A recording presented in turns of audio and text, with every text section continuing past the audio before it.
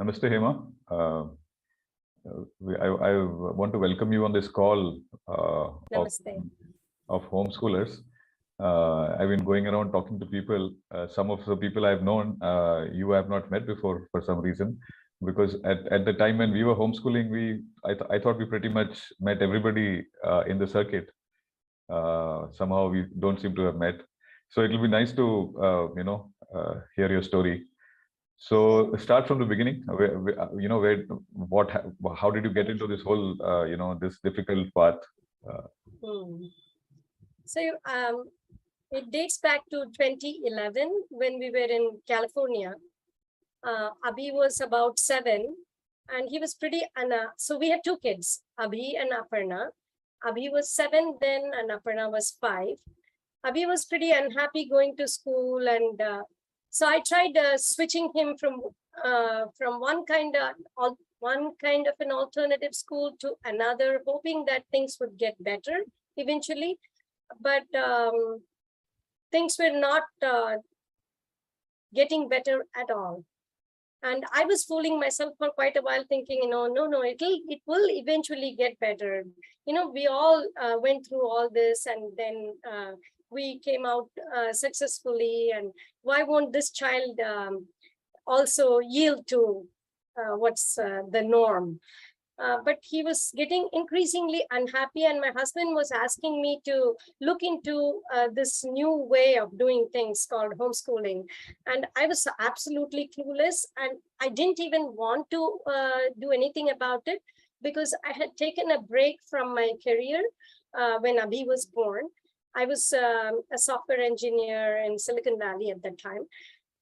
So I was hoping to get back to work in 5 years. So I thought, let the kids grow up a little bit, and then I'll go back to work. And homeschooling meant somebody has to be at home, and I was not ready for it. So we had a lot of squabbles over that for very long.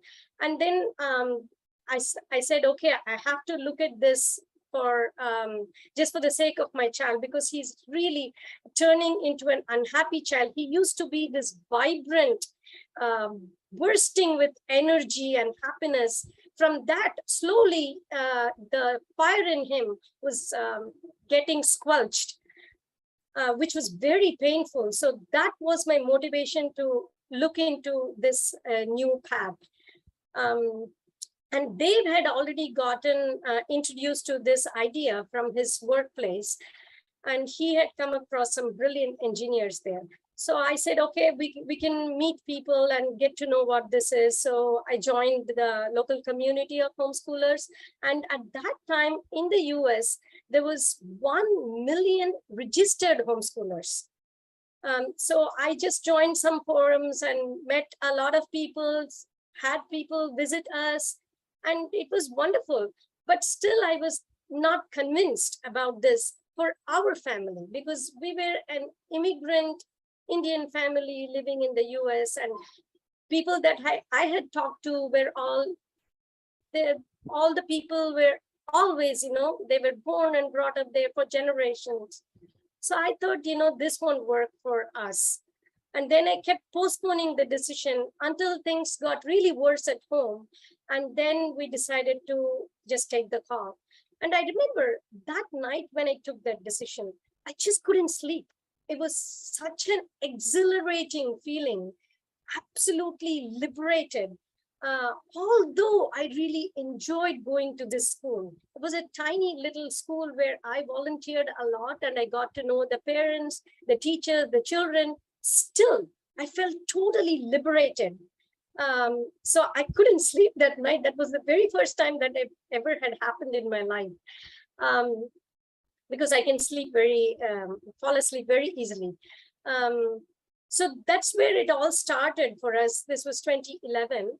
And the kids and I had a really wonderful time staying at home, doing a variety of things, from cooking to, you name it, we would have done it. With, any activity that 7 and 5-year-old kids will enjoy, we would have done it. But Dave was still working a full-time job, more than a full-time job, making making money that we never had any use for. So after some time, they came up to me and said, would it be okay with you if I don't make any money anymore? And I was like, yeah, absolutely fine, but let's move back to India. So, which is what we did in just a few months' notice. Dave quit his job. We wrapped up everything there and moved back to India without any clear plan or agenda. But we had only a few things in mind that was really crystal clear, that kids were not going to go to school, and they was not going to take up a corporate job, and we were not going to live in a city. So this is all we knew, and we started from scratch in India in 2012, visiting a lot of families that we established connections with in our stay, the last few months of our stay in the US. So that was wonderful too. So after maybe around a year of doing that, visiting many families and alternative schoolers, organic farms, and a bunch of, people, we came to this conclusion that maybe we can do something too. Although we had absolutely no skills other than a little bit of computer stuff that we had known, we had no skills. So that's where we started. And we looked for, we were hunting for land in Tamil Nadu, which is where I'm from, because they didn't want to move back to North India. So we found a place not too far from Chennai. It's 120 kilometers from Chennai. And we slowly started developing roots in this area. So 2-3 questions come up. One is, I don't know many people who move back from the US. The attraction of it, or the pull of it, is very strong. In my case, the friends of mine who came back were people who came back immediately after doing an MS, or once they have children. It looks like very few people are able to make the transition back. That's one thing. So about how you all manage that. The other thing is about how it is possible to, what do you all do for a living now? How does that work? Because that, I think, is one of the things that stops people from taking any decision which sort of stops this income. Like in my case, I've never had a steady income at all. So I'm sort of used to it. But it's one of the questions that keeps coming up from people, that how do you manage, or how do you live your life without knowing that there is this steady stream that goes into your bank? Like you said that, I thought it was very striking, the fact that you said that he was making money that you didn't need. I think that's an insight that very few people arrive at. So what's behind all this? So about your move and about money, yeah. About the move, so homeschooling paved the way for it, but there was a lot of things that were going on at the back of our minds, both mine and Dave's, that enabled the transition. Mainly, it was about the global picture, the global issues, climate change in particular. And we thought, knowing all that was available out there, that the situation was pretty bleak for the next generations. And we were significantly causing that, a cause for that. And we were thinking, okay, maybe we cannot do anything about it, because who are we after all? We're just some individuals. How can we bring about any change whatsoever? And also we had kids that were going to school. So that tied us to a place. So when these ties were cut off, then we thought, maybe something is possible, because these corporate companies that we are serving for are not in alignment with our philosophy of global issues. So they're pushing everybody for consumerism and exploitation, which we were not for. And maybe we could do something in effect by walking away, saying that we don't want to participate in it. We won't be able to make a dent in what's happening there, but at least we don't have to participate in it. This was the first thing that enabled that transition for us. Always this gnawing feeling of global issues and that we are participating in it, that was constantly eating us, and also not being able to do anything was eating us. And then this thing happened that cut our ties and said, oh, maybe you can do something. So that's where it started. And regarding the finances, we were always very frugal, because we had so much responsibilities towards, raising siblings, their marriages and studies and this and that. So we could never spend the money that we earned. And so we always made frugal choices, which meant we didn't really need too much money to survive. And if we were to move back to India, that money would even be far less. Our needs would be even far less than what it was in the US. So that was a big push for us, that we don't really need to make money if we live in India. And our expenses were very, very low for 7-8 years. It was less than 10,000 rupees a month. I mean, apart from the initial expenditure of buying the farmland and constructing a house, and some little work that we got done on the farm, the household expenses would never come up to even 10,000. And so we thought, we also receive some rental income. So with that, we don't see a problem at all. Wonderful, great. So about this, I'm curious about this thing that you said about walking away, not participating, because that's an option that everybody has. I don't know of many people who take that option. In the work that I do, we advocate it. We call it stepping out. The idea that the mainstream is the Brahmaputra and you can't swim against it, but you can step out of it. And then maybe you can walk back against the tide, but you can't swim against the Brahmaputra inside. You just get drowned. You just waste your energy. So it's a very inspiring story. I think what you all have done, coming back from the US, and this walking away that you call that, very inspiring. Just one more thing on the same note, but that this doesn't really mean that we've been able to achieve in a big way or anything. And that was anyway not the goal, to achieve anything by stepping out. We just wanted to be together as a family, spend more time, which was impossible for Dave to do earlier because he had really long hours. So we didn't have a big ambition or anything.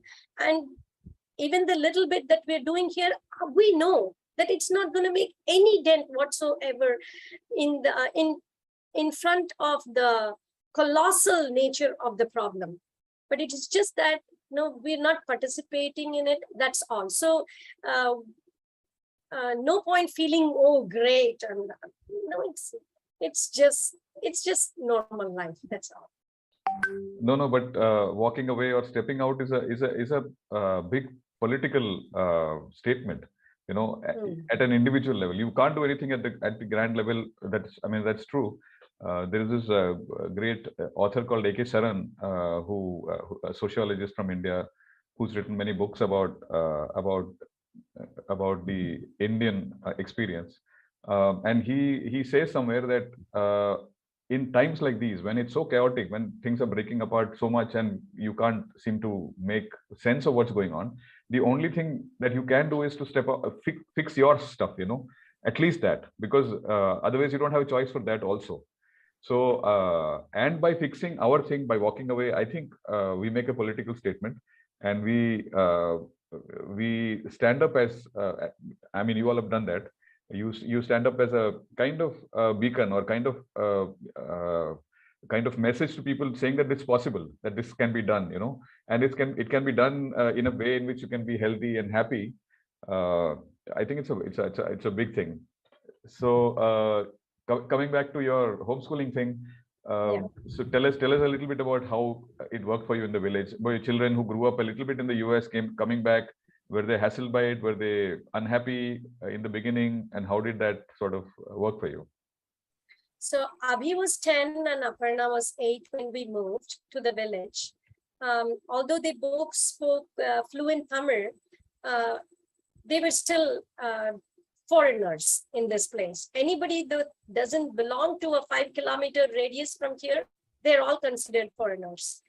And you cannot penetrate that boundary. So they couldn't play with anybody. It was very difficult for many years. And slowly they started figuring out things for themselves. And especially Aparna being a girl, in villages, girls typically are not allowed to play on the streets. They can play right, just in front of the house, but not step onto the street. But Aparna wanted to play outdoor games, and it was really not working with all the boys around. So it was a difficult journey, but they figured out ways. Like I remember once when there was this spinning top, Lattu game. So the boys would play that, and Abhi and Aparna would want to join them, but they would not allow them into their circle. And then they slowly watched from outside, and these kids would go to school during the day, whereas Abhi and Aparna had all the time during the day. They would just practice and practice for 5-6 hours. And by the time the kids came back, they would be experts at it, So then slowly they had to say, okay, you can also play, that kind of thing, yeah, I remember they came back home with tears rolling down their cheeks, and it was hard. Yeah. And about academics, how did that go? So initially we thought, in the US, there was a nice homeschooling community that had access to academic resources, where some classes would be held and all that. So we were a part of that.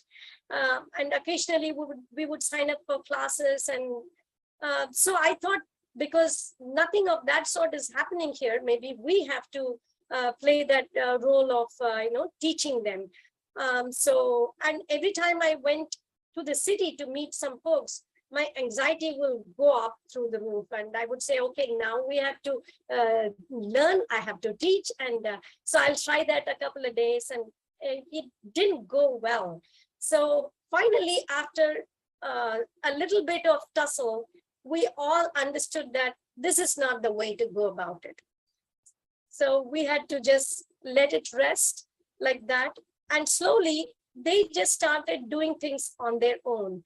When all the instability in their lives settled down, they started doing things on their own.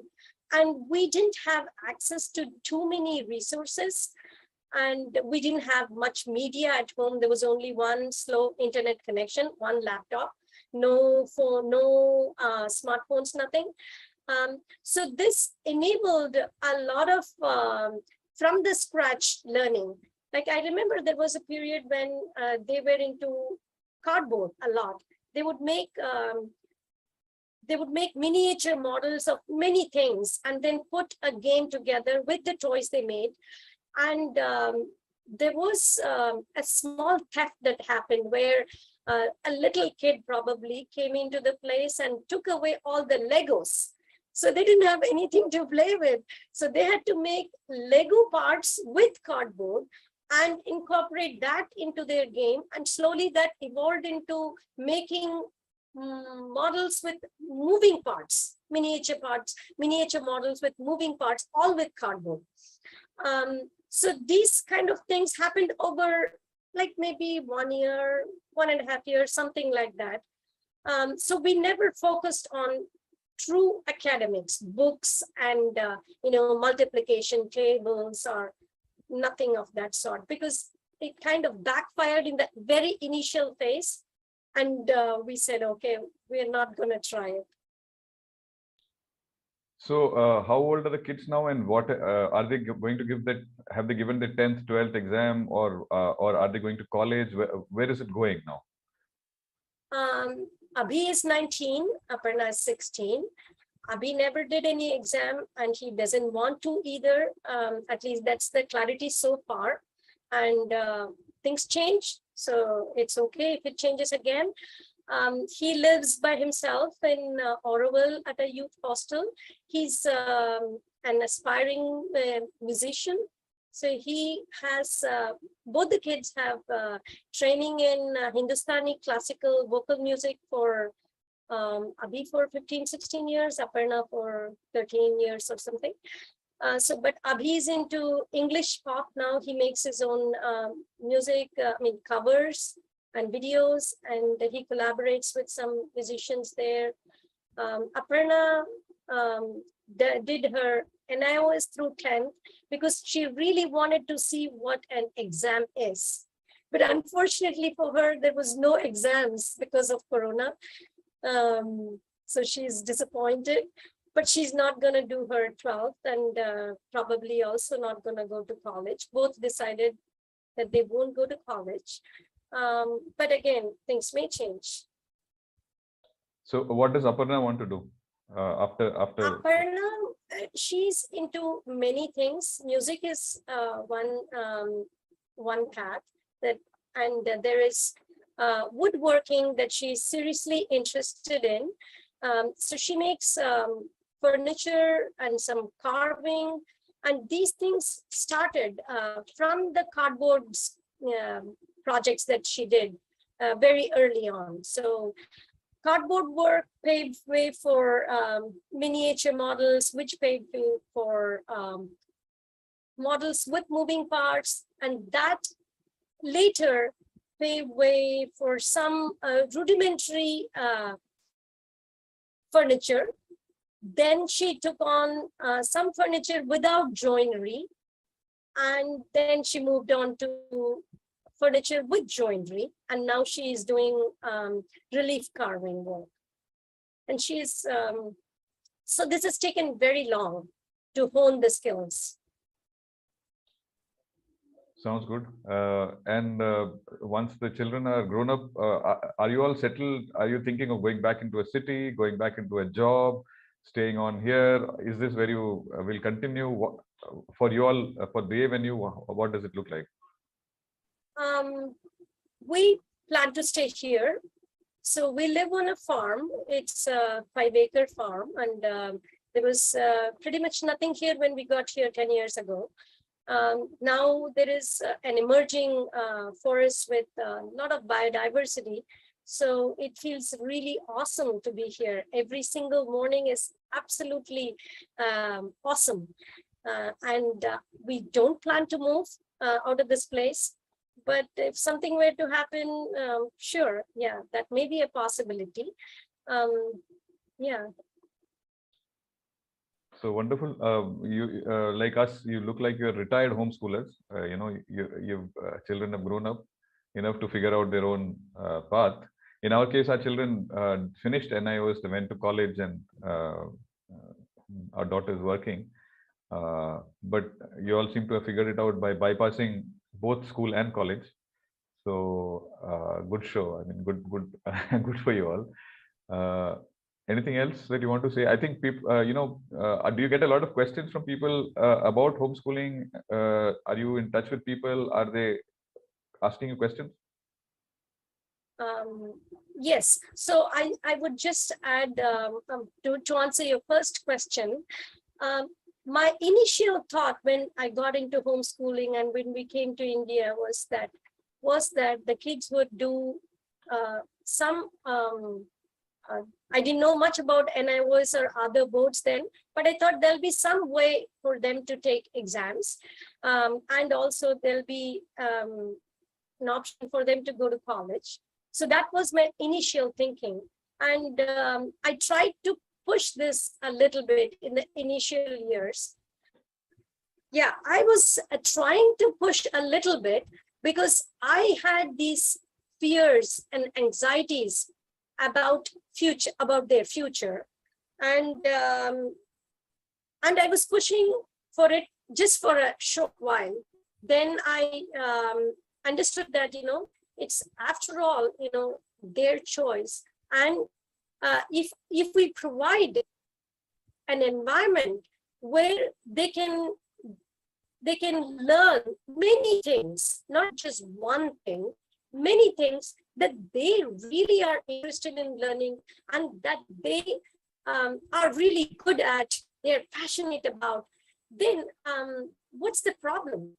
What is lacking is imagination about their future.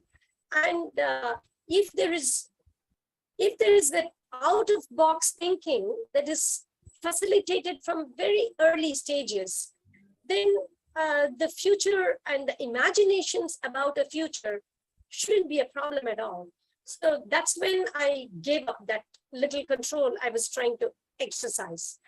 That was one thing. So change has been a very permanent factor, and allowing change both within myself and also within others has been helpful. And of course, I've resisted change also at times. That initial resistance has been there, but understanding that change is inevitable has helped. And there was a second question. What? Yeah, I was asking about, are you in touch with other people who are homeschooling? Are you helping people? Are they calling you? Like Smriti, who put me on to you, keeps phoning even now. So, are you in touch with other people? Yes, I talk to people, and also we are a part of the Chennai homeschoolers and also Swasikshan. I think we can have one more conversation a little later and assume that this is something like the introduction or the first part. But it's been really nice talking to you and hearing your story. I'm really glad that we connected. Thank you so much.